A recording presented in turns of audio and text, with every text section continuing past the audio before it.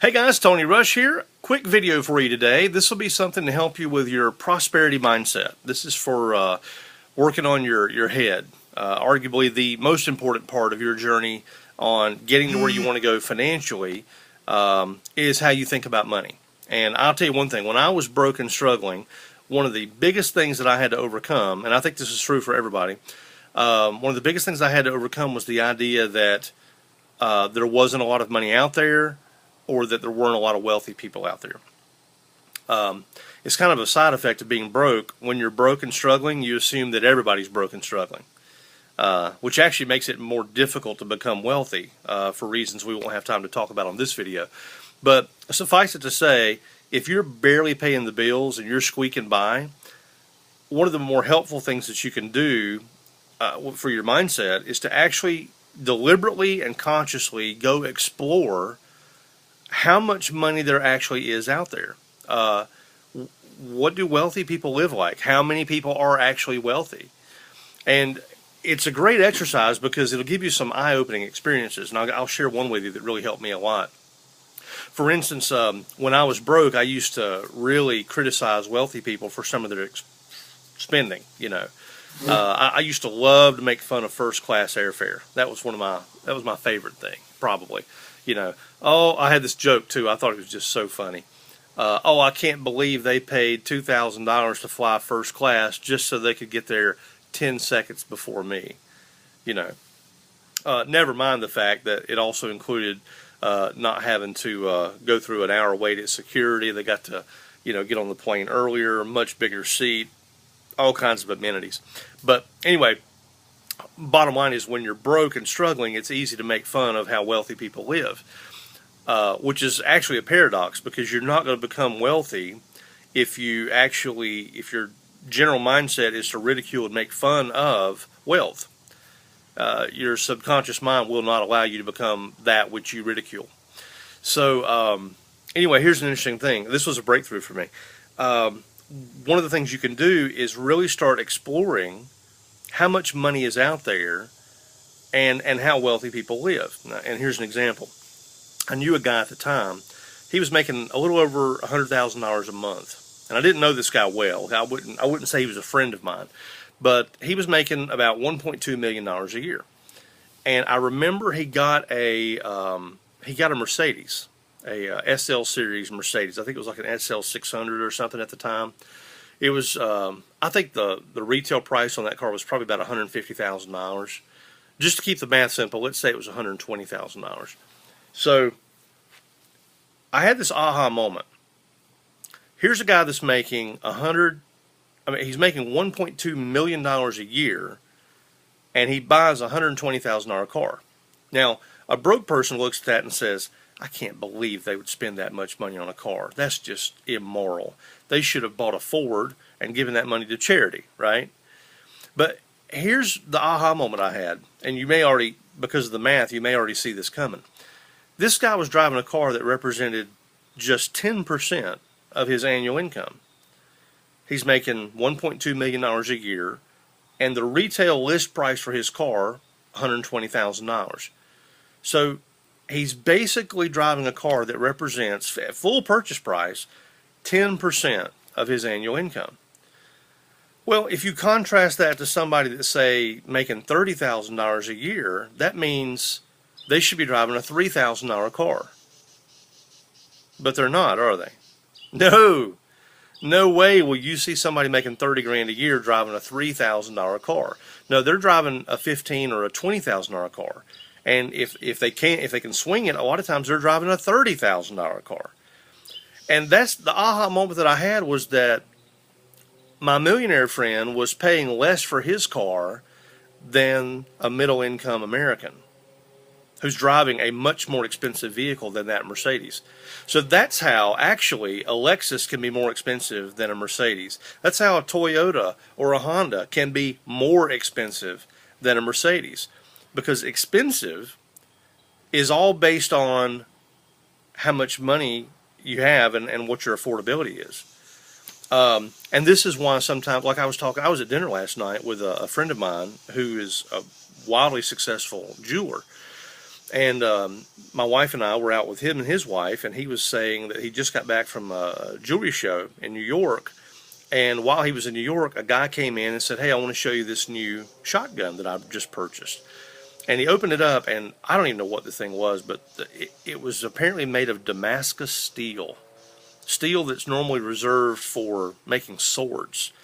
And this guy commissioned a Damascus steel shotgun to be made.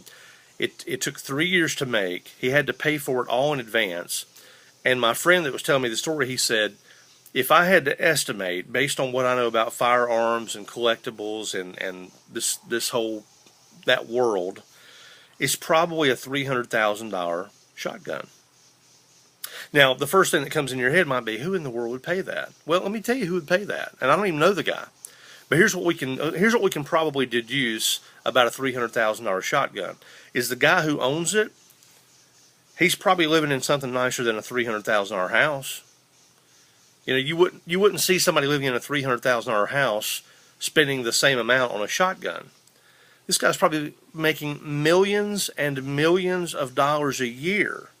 So spending $300,000 on a shotgun might be as inexpensive to him as someone who's making say $20,000 a year, going and buying a big screen TV. See, you never hear about that. You know, all the talk about, oh, I can't believe he spent all that money on a gun, or I can't believe he spent all that money on a car. But where's the outcry and the moral outrage about somebody who can't pay their bills who owns a big screen TV? You know, they're making $2,000 a month, and they go spend $1,000 or $1,500 on a large screen TV. Now, here's my point. I'm not saying it's good, bad, right, or wrong. I'm not saying there's anything to be upset about either way. I'm saying life is a choice. And life will let you play at any level of the game that you're willing to take responsibility for. Okay, and I'll have to talk about that on another video, but I'm using that language deliberately. Life will let you play on any level of the game that you're willing to take responsibility for. So one way to start getting your head around prosperity and abundance is to start deliberately looking to see how much wealth there is out there, and how let me lay this on you. There's people today. I'll give you an example. I received a check on stage at our last company event that represented my earnings for the second quarter of this year. It was just under $400,000, $390-something thousand. Now, that's not typical. We have an income disclaimer. Your results would not necessarily be anything not like that if you decided to come into the business and do what I do. So don't be a wussy. I'm not trying to suggest that you should come into my business because you can start making $130,000 a month like I do. But here's what I am pointing out. $400,000 earning in 3 months. Let me invite you to try this on. There are some people that if they had to get by on $130,000 a month, they would feel broke. There are some people, my friend, who if they had to get by on $25,000 or $30,000 a week, they would feel like they were in poverty. Like Bill Gates, that doesn't allow him to do what he needs to do. See, Bill Gates is on a mission right now. You may not know this. He's on a mission right now to stamp out polio around the world, and he's just about done it. There's a lot going on in the life of Bill Gates in terms of philanthropy. And you may or may not like Bill Gates, and that's fine. You may or may not like his company, and that's fine. Personally, I despise Microsoft. But I admire anybody who's playing at the top level of his game, which I think we can all agree that Bill Gates is a master at amassing wealth and prosperity. But like, can you see that if he had to get by on what I make every month, he would feel broke? That's inspiring to me. That's not something for me to make fun of. I remember when he got married and he built that big house up in Washington, everybody wanted to make fun of Bill Gates because he built this huge multi-million-dollar place, and the swimming pool has, you know, underwater music, and it's like all the different amenities in the house. People made fun of it because it's like, here's this rich nerd, right? But here's what you got to get. That multi-million-dollar home probably represented maybe a few months of income for him. Which, if you compare that to someone who's a middle income earner in America, and they're going to It's going to take them 30 years to pay off their house. So I submit to you, it's possible for somebody to drive around in a Toyota that's more expensive than a Mercedes.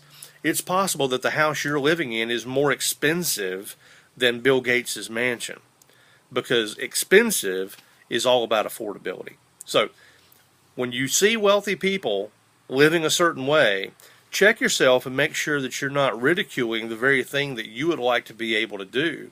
And number two, bear in mind that if somebody else is buying what you would consider to be a ridiculously expensive item, make sure to put that in the context that that person may be not spending as much on that item as a middle income or a broke person is spending on their monthly Netflix subscription. So this whole concept about adopting a prosperity mindset is deeper than a lot of people think. So there's your homework. Start admiring, looking at wealthy people and what they're doing with their money, and start celebrating prosperity instead of criticizing it, and that will open up a whole new door for you on your journey to getting from where you are to where you want to go. I hope that's of value to you. We'll see you on the next video.